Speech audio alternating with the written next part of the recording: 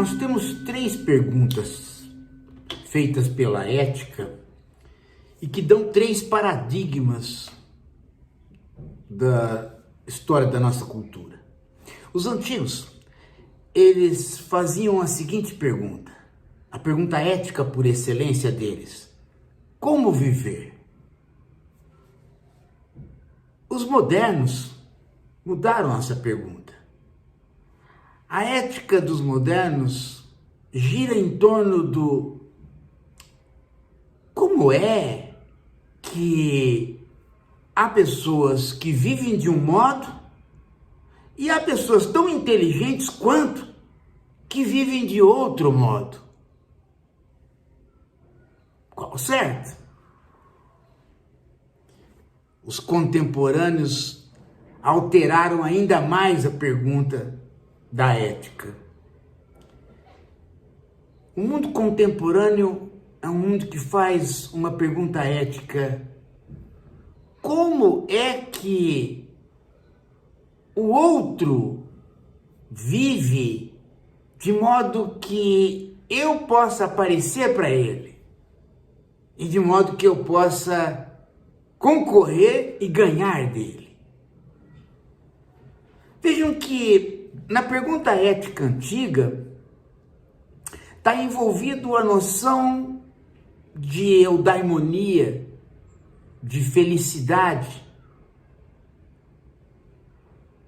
Como viver é como viver bem, como viver sempre bem. E os gregos vão dizer: é simples.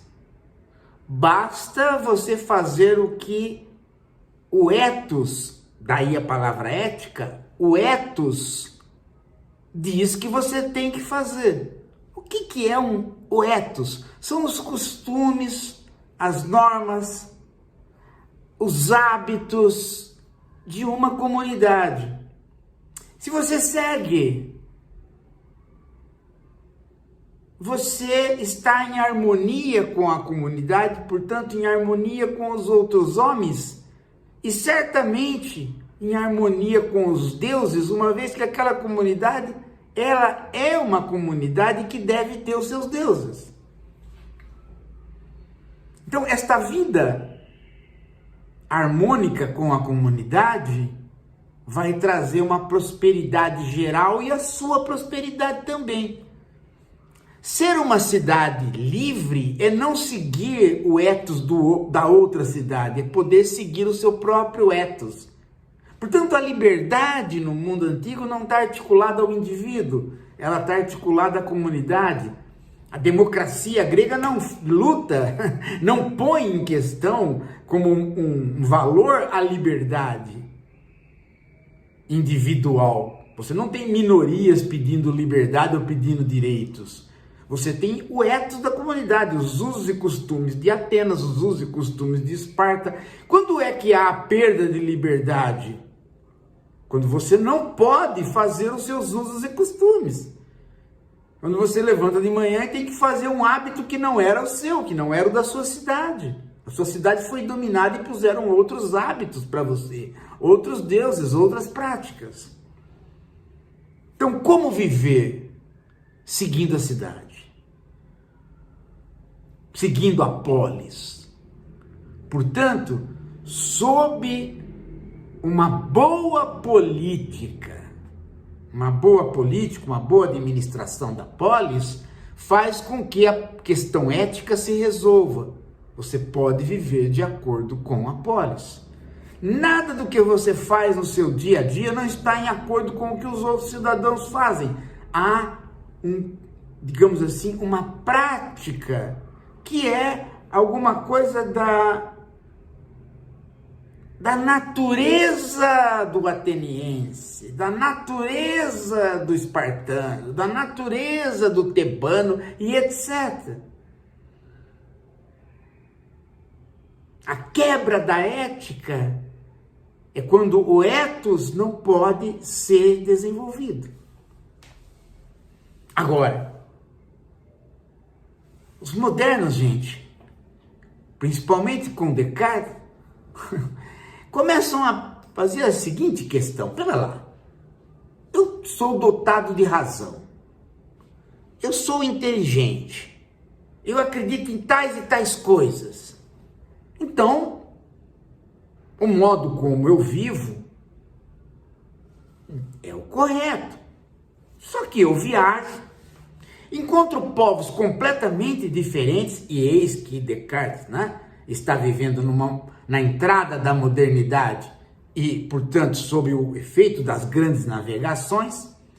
Eis que eu encontro povos completamente diferentes, povos que inclusive andam nus.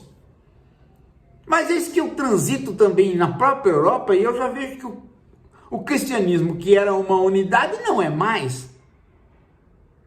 Há quem acredite em Jesus como Filho de Deus, mas não acredite na Virgem Maria. Quer dizer, você tem aí práticas dentro da própria Europa, do próprio cristianismo, práticas diferentes. Mas aquele povo que segue aquela prática é tão inteligente quanto o meu povo. Então, quem que vive de maneira certa? Como os outros vivem? De que maneira os outros vivem e podem estar vivendo corretamente tanto quanto eu? Vejam que esta pergunta é uma pergunta que não se colocava, porque o grego dizia: eu sou o grego, eu sou heleno. O outro, ele balbucia, ele não fala o grego, ele é o bárbaro, ele é o outro. Então eu não tenho que me preocupar com ele. Agora, no mundo europeu, com as grandes navegações, e você começa a ver que o outro não é alguém que você não tenha que se preocupar, porque ele começa a integrar a sua cultura e fazer diferença para a sua cultura, principalmente quando as colônias passam a comercializar e criar riqueza para as metrópoles. Aí o outro passa a importar. Mas o outro vive de maneira diferente. Ele viveria no pecado, mas se ele vive no pecado, então eu tenho que catequizá-lo. Mas se ele não vive no pecado, o errado sou eu. Então a pergunta ética muda e ela ganha uma conotação fortemente antropológica. Quem é o homem? O que o homem faz? Para além do francês, do indígena, do asiático, do inglês, o que o homem faz? Cria-se aí uma visão antropológica tipicamente do período moderno. A modernidade e a antropologia andam juntas. E a ética vai querer estabelecer o que há de comum. Não à toa, logo depois do Descartes, no século XVIII, o Kant vai tentar criar uma norma ética que identifique o humano, independentemente de países, de etnias. Ele vai dizer: não, a ética é um dever de consciência. Há um imperativo ético que está incrustado na nossa consciência. Qual? O de não usar de maneira nenhuma o outro como meio, mas só como fim. E se eu puder universalizar esta norma, se esta norma puder ser aceita por todos de maneira lógica, então é ela a norma geral que faz com que a gente seja ético. Então a questão toda é: qual é a norma que está no âmbito não daquele povo, daquele outro, mas está em todos os homens, porque todos os homens podem aprová-la à medida que ela está na consciência de tudo aquilo que é humano. É simples, né? Se eu encontrar alguma coisa que não tem contradição interna, se eu encontrar uma norma que não se desmente, então é ela. E Kant vai dizer, ora, não fazer do outro um meio, mas simplesmente um fim, é sempre respeitar a dignidade. Isto é a condição humana, respeitar a dignidade. Então, viver dignamente é sempre viver em função deste imperativo categórico, este imperativo ético. Todos nós sabemos, por consciência, quando estamos errados, quando nós utilizamos o outro como meio e não como fim. Quando nós fizemos dele um objeto, ou seja, quando nós tiramos a dignidade dele e o utilizamos como coisa. Todo e qualquer humano sabe disso. Ele pode fazer, mas ele sabe que não deve. Então, este dever interno à consciência é que está aí como o elemento ético da modernidade. Agora, os contemporâneos, gente. Os contemporâneos têm que ceder, porque aí uma força inexorável entra no campo ético, que é o mercado capitalista. E ele faz com que as pessoas perguntem pelo como viver para competir com o outro. A competição entre os burgueses, que faz com que eles produzam tecnologia para um superar o outro, se espraia por toda a sociedade. E a ideia de competir com o outro para vencer o outro torna-se uma norma antimoral, porém torna-se alguma coisa que acaba se transformando numa verdadeira ética. Ah, você tem que competir. Ah, então vamos fazer regras de competição. Quais as regras de competição? O próprio mercado pode dar.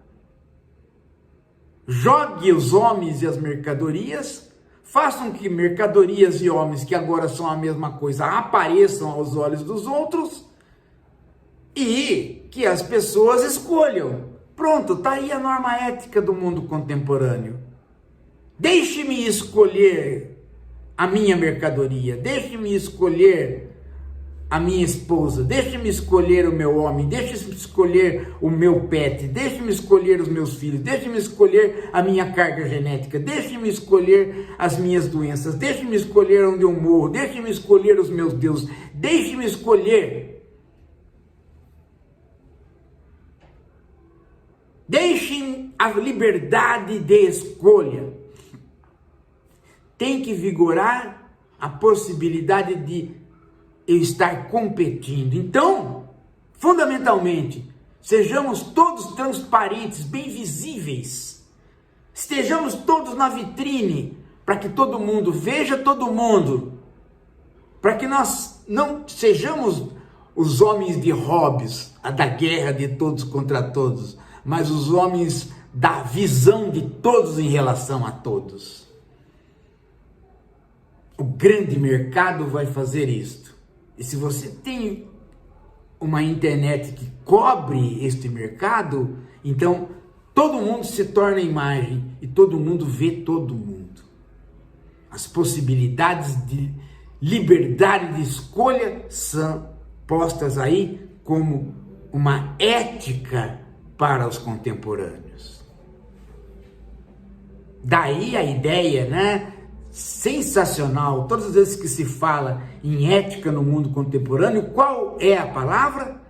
Transparência. Queremos transparência, ou seja, nada tem que estar interposto entre eu e aquilo que eu quero ver. Eu quero ver. A ética do mundo contemporâneo é uma ética fundamentalmente voyeurista. Aí estão os três grandes paradigmas da ética, de um modo que você pode investigar, estudar e ficar cada vez mais curioso sobre esta área da filosofia, bastante produtiva e interessante. É isso. Daqui a pouco a gente volta.